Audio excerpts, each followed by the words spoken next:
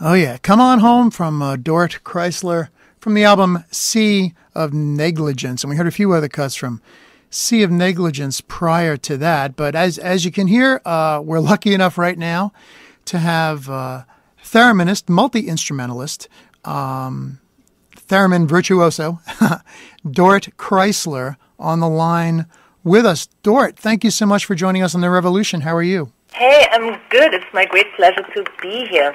It's wonderful to have you. Obviously, you're a Thereminist, and we listen to, on this show, we listen to all kinds of crazy things, including theremins, and they're wonderful and beautiful and haunting. But what brought you to the theremin originally? I've been living in New York for the last 20 years, and a very good friend of mine had one standing forlorn in his apartment, and he had it there to fix it. So he demonstrated it to me, and I just was in awe. What the hell is this? And I fell in love. I ordered one, and then I was extremely frustrated because it was so fucking hard to play. But after a while, I just went back to it and just kept going, and it's very rewarding for me. And it's, even though, it looks, I think, to the, I have a theremin myself, and I'm nowhere, I can't, I can't make, it takes a lot of skill to play the instrument. It's amazing. Well, it takes a lot of patience. The cool thing about the theremin is because it's so unestablished, a certain way of how to approach it is really not existing, so it leaves the player complete freedom in how to go about it. And that's actually very cool. It's a very autonomous, non-threatening instrument. You can try to find your own way, and I think all it needs is a lot of patience and an ear, and that's it. Yeah, you're literally seeking out the note with your hands, right? Exactly. I mean, it's very direct. Motion is tone, and it's a very simple principle that every kid understands. So in that terms, it's very easy accessible. Just hard to hold the note and hit the right ones, but it's possible. And you seem to do it a lot of the time. Most of us out there who are familiar with theremins, I mean, my first exposure to theremin was probably Good Vibrations by the Beach Boys, and certainly seeing Day the Earth Stood Still on television back in the day. And have you gone back and listened to the soundtracks and the supposed, the original masters like Clara Rockmore and Leon Theremin? Certainly, and it's very, very inspiring. I mean, I think Clara Rockmore up to this day has still not been surpassed with her kind of, extreme expression that she was able to put into every detail of every note that she was playing.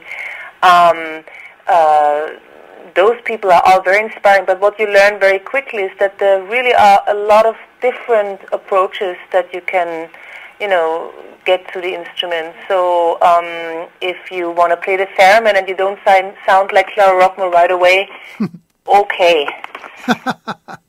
Yeah, that's it. And that's the thing, not to get frustrated if you attempt to do so.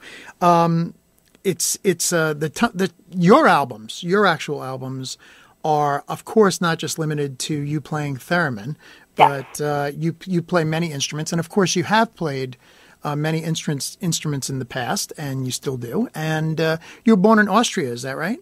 That's right. I immigrated to New York City as a young girl, and I haven't regretted it so far. And of course, it's really, I mean, for me, the thing is I respect the history of the theremin, and I love all the 50s kooky stuff, the film score stuff, as I'm sometimes doing scores as well. But for me, it's really about demonstrating that the theremin is a cool contemporary instrument that can be used like any other, either as a solo thing or for creating colors that are very specific. I really try to tie it into contemporary music, which is not happening enough with that instrument, unfortunately. So that's kind of my number one objective. Yeah, you do it wonderfully. That's exactly the case. Most of the time we see Try, yeah. Most of the time we hear theremin, it's usually the solo theremin, and you're just watching people, attempt to play solo pieces with it or just making some noise with it. But you actually fully incorporate it as a entirely, valid and separate instrument into everything else you're doing, and it's a great, great sound you have going on your records.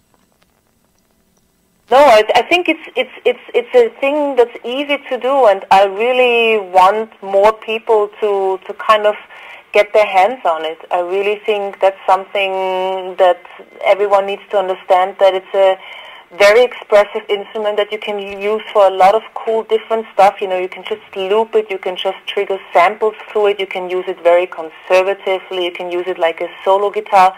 If you send it to effects, there's a lot of options, and I really want to have people pick it up and establish the true theremin style that we, don't even know yet. So it's just an instrument like any other, which to this case is still not happening.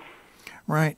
I think, people are intimidated by it, I think, more than anything. But it doesn't have to be intimidated by it. Exactly. It's a nice thing. It's not evil.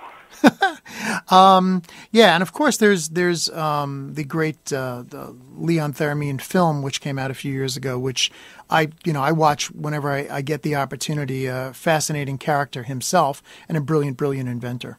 It's a beautiful story, and that also was motivating me a lot to kind of pick up that theremin, and I'm glad that movie exists. I had the chance to go to St. Petersburg just last November and was standing in front of the house where he grew up, and met so many Russian kids that could explain the technicalities of the theremin to me.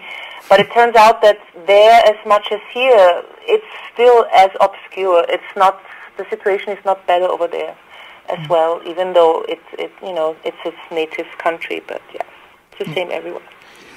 So with your enthusiasm with the theremin, with your desire to get more people's hands on it, or hands just off of it, I should say, you've started this New York Theremin Society, right? Me and this woman Suzanne Fio, who was back then the director of Issue Project Room, which was a cool space for alternative, progressive, experimental sounds. We coined the term New York Theremin Society.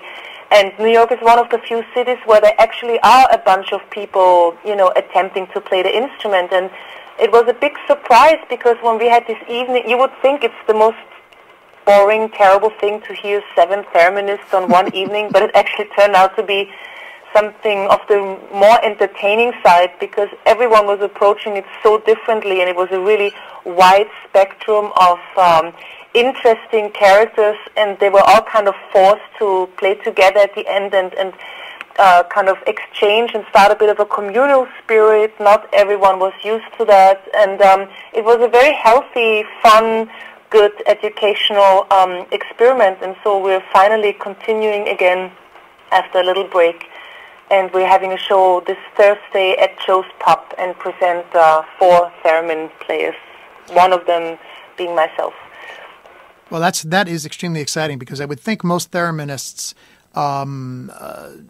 play solo or think of the instrument as a solo instrument. Even, thereminists themselves very often are probably just working on it themselves. And to play together must be a mind-boggling thing for some of them.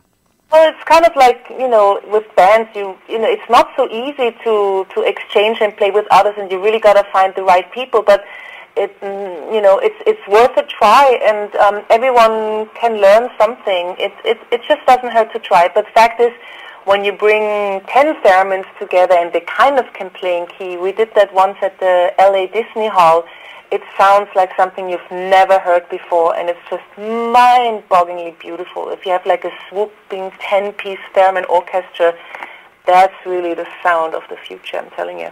Yeah, no, I agree with that. It's and that's Leon Theremin himself was doing the orchestral instruments with the pitch ranges and everything else set up way back then. Are there any recordings of that you know of, the orchestra? When they had this concert at Carnegie Hall, I don't think any recordings do exist. I know that he had one rich protege, this woman Lucy Bigelow Rosen, that he built specific custom-made theremins for, and there's a Caramel Foundation upstate New York, and supposedly they have a grand archive that might hold some old recordings from that time and some compositions that were specifically written for theremin in the 30s. I have not had the time to crack that archive yet, but it's definitely something one should look into, and at some point, kind of expand on and see what kind of treasures can be found there. So something is existing. It just has not been dug to the surface yet. No one had the time and patience to do it yet. Yeah, but in the meantime, you and your compadres, your fellow Thereminists, are doing it this Thursday night at Joe's Pub. I think the show's 9:30, Dorit? It's at 9:30, and I think it's a bargain because each Thereminist costs you about $4.50 to see, and that doesn't happen every day. No, it's all really good, diverse players, so it's going to be really interesting to see how different everyone approaches the stuff and what they're going to do. So, yeah, come on by. Yeah, absolutely. Dorit, we're going to be down there checking it out on Thursday, so we will report back to any listeners who don't make it down. And we very much look forward to seeing the show this Thursday night. DORIT CHRYSLER, Joe's Pub, this Thursday evening, 9:30 p.m. You can just go to Joe's Pub on the web and get yourself some tickets for that. It is an unbelievable bargain. Also, DORIT CHRYSLER also has Sea of Negligence out, as well as other albums, all of which you can either buy or download from CD Baby, in addition to DORIT's website.